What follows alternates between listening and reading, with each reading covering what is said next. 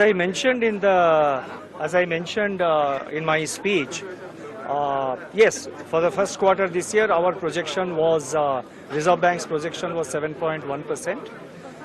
But actual number which has been given by the first advance estimates given by the National Statistical Office is 6.7%. Now, obviously, 6.7%, would give an impression that, it is lower than 7.1, goes without saying.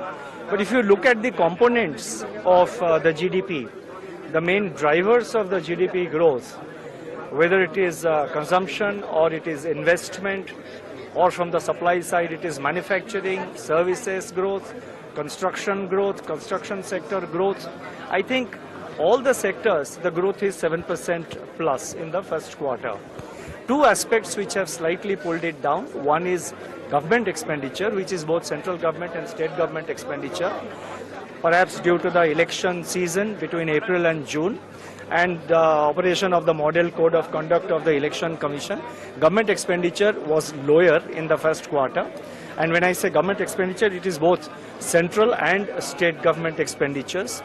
But going forward, I would expect, we would expect the government expenditures, that is both state and central government expenditures, to pick up and provide the required support to growth. The other thing which was slightly lower was agriculture, which grew, I think, at about 2% or so. But first quarter, it's a second quarter really. Second quarter onwards, from July onwards, the monsoon has been very good.